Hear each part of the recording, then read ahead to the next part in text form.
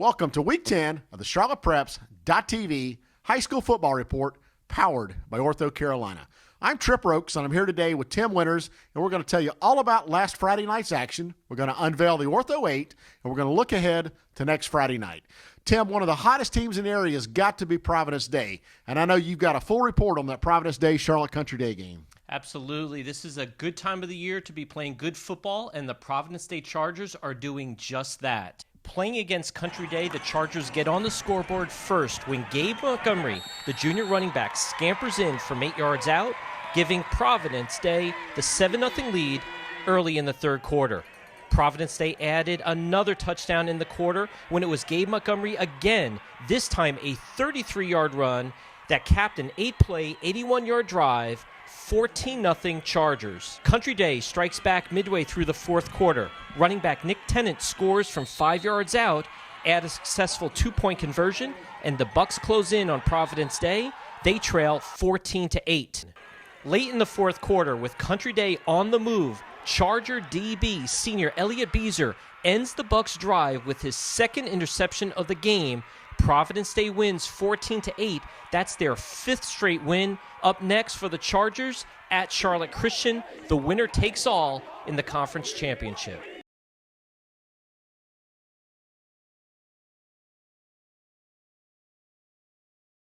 Tripp, you had a big game over at Myers Park with the surging Independence Patriots. Well, I think the big thing there is just because you start your season out on a rough note doesn't mean you can't finish on a strong note, and that has certainly been the case for Independence High School.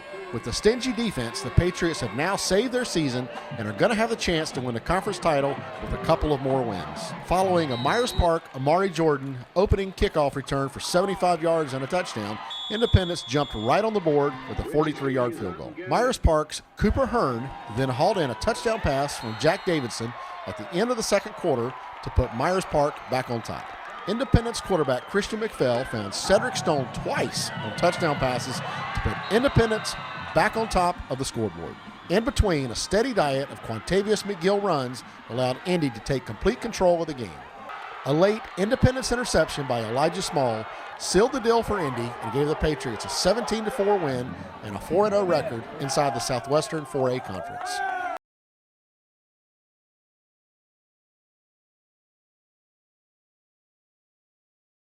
Tim, we've been talking about a lot of hot teams already today. Tell us about one of the hottest teams in Union County, the Marvin Ridge Mavericks. Yeah, few hotter in the area than Marvin Ridge, looking for their sixth straight win, and they get it on the road versus Piedmont, 34-24. They control their destiny now in the Southern Carolina Conference, and a special shout out to Austin Colonna, who played a part in all 5 touchdowns. He throws for 4, he runs for 1. Austin Colonna has a 75% completion rating this season and has thrown for over 2,300 yards. So the junior quarterback doing it all for the Marvin Ridge Mavericks. In what has to be one of the most dramatic final 2 minutes of any game in the entire state of North Carolina, Weddington on Friday night stunned Sun Valley 30-28. Rewinding back to those final 2 minutes, David Beha, the junior quarterback for Weddington, put Weddington back on top with the apparent go-ahead touchdown, 21-17. That was actually Weddington's first lead of the game with 1:13 left. You think it's over, but forget about it. Sun Valley has the freshman phenom quarterback, Sam Howell, who already has a number of comebacks on his resume. And he did it again on Friday night. He led the Spartans down the field 80 yards in 70 seconds, hitting Anthony Marple in the end zone with 9.5 seconds left, a 38-yard touchdown connection. Sun Valley goes back on top 28-24.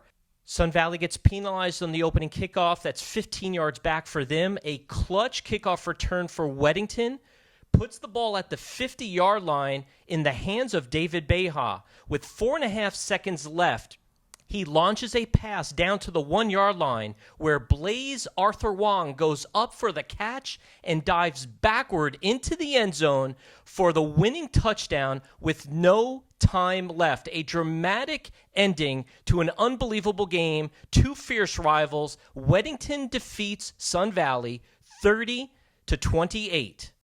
And I guess hot has been the key word this week, Tripp. And you know what? The team that's playing in North Charlotte is one of the hottest in the entire state.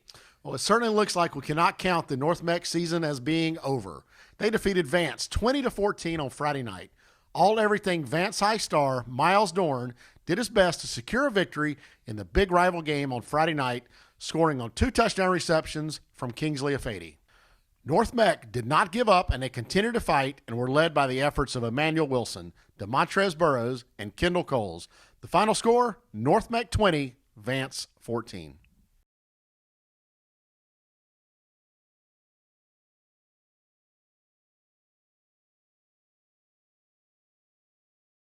With last week now in the books, it's time to unveil the Ortho 8, our rankings of the top 8 teams in the Mecklenburg and Union County areas. Tim, tell us how we came out on our voting. Coming in at number 8, we have a tie with 2 teams and with 7-2 records. That's North Meck and South Meck, both at 7-2 at the number 8 slot. Number 7, Butler High School, with that big win against Porter Ridge, 76-7. They are now 8-2.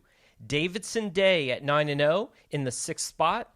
The Weddington Warriors, with their stunning victory on Friday night, they move to 8-1 and stay in 5th place.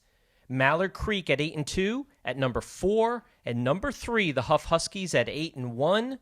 Number 2, the Monroe Redhawks at 9-0, and remaining at the number 1 slot on top of the Ortho 8, Charlotte Catholic 8-0 on the season.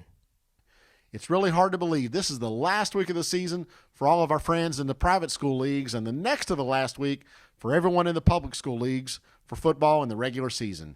Tim, we've got our eyes on a big game, I think, up in North Meck, and it's going to be North Meck and Huff hooking up. This game has got so many implications in it. Whoever wins is really going to have an upper hand and an opportunity to claim a conference championship and to move on with better seeding in the state playoffs. You're going to take a look at a game over in Union County. Yeah, 2 teams battling for their conference lives on Friday night at Sun Valley Stadium. The Cuthbertson Cavaliers coming in a disappointing season, I think, for most fans of Cavalier football right now. But they do have Austin Kendall, who is committing to Oklahoma, against Sam Howell, the freshman phenom, probably the best freshman quarterback in the entire nation. So it should be an outstanding offensive battle between 2 dynamic offenses, both 4 and 5. Really, again, fighting for their conference lives. Should be a great game to attend on Friday night. And then Tripp, another big game with the Charlotte Catholic Cougars. Yes, they've got a big one. RDK is going to be challenging the number 1 team in the Ortho 8. Should be an exciting game. Bryce McGinley with RDK, when he gets that offense going as the quarterback, things can open up. But they're going to have to find a way to stop Charlotte Catholic, Jared Anderson on offense, and Xander Gagnon on defense. That's such a strong football team at Charlotte Catholic. This game will probably decide the conference championship. And that's going to do it here for this week on the CharlottePreps.tv High School Football Report, powered by Ortho Carolina. You're running out of weeks. If you want to take your family to a football game, get out there on Friday night, pick one of these rival games, and pull hard, have a good time, get out there and tailgate, and pull these kids to victory. Thanks again for joining us. Have a super and exciting week.